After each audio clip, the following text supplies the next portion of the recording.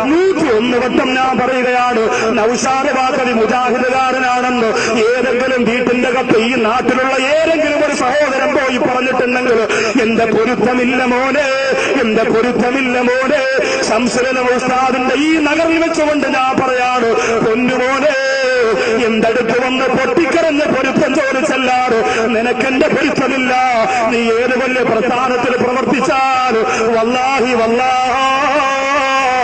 സുന്നത്ത് ജമാഅത്തിന്റെ പവറുള്ള പ്രവർത്തകനാകാൻ നിനക്ക് പറ്റില്ല. എത്രയോ തലേക്കെട്ടുകാരെന്ന് പുത്തൻവാദികളാണ്. അതുപോലെ നിന്റെ അവസാനവും അങ്ങനെയായിരിക്കുമ്പോഴേ.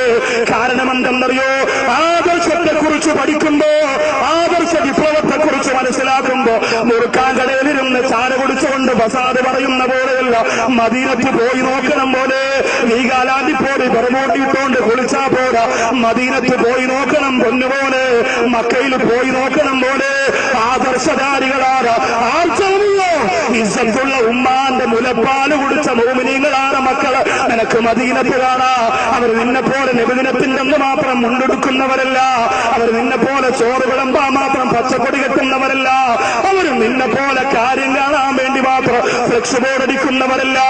അവിടെ രക്തത്തിലൂടെ ഓടുന്നത് റസൂലുള്ളാഹിയുടെ പ്രേമമാ. അവർ ഉറങ്ങുന്നത് റസൂലുള്ളാഹിക്ക് സലാം പറഞ്ഞിട്ടാ, അവർ ഉണരുന്നത് റസൂലുള്ളാഹിക്ക് സലാം പറഞ്ഞിട്ടാ. അതുകൊണ്ട് എന്റെ പ്രിയപ്പെട്ട ചെറുപ്പക്കാരാ, മനസ്സിന്റെ കത്ത് മലിനമായ ചിന്തകളുമായിട്ട് നടന്ന മോനെ രക്ഷപ്പെടാൻ പറ്റൂല. പശ്ചാത്തപിച്ചു മടങ്ങിക്കോ, പൊട്ടിക്കരഞ്ഞോ.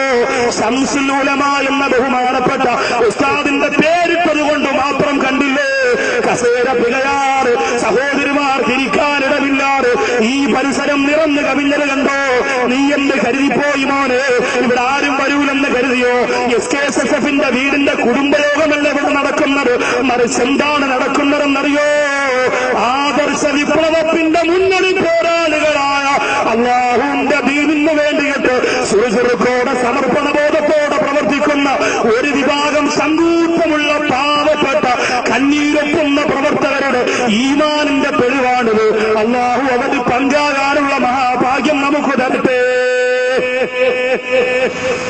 ഇത്രയും പറഞ്ഞില്ലെങ്കിലേ എനിക്ക് ഉറങ്ങാൻ പറ്റില്ല. കാരണം എന്താ, ഞാനൊരു സുന്നത്തി ജമാഅത്തുകാരൻ.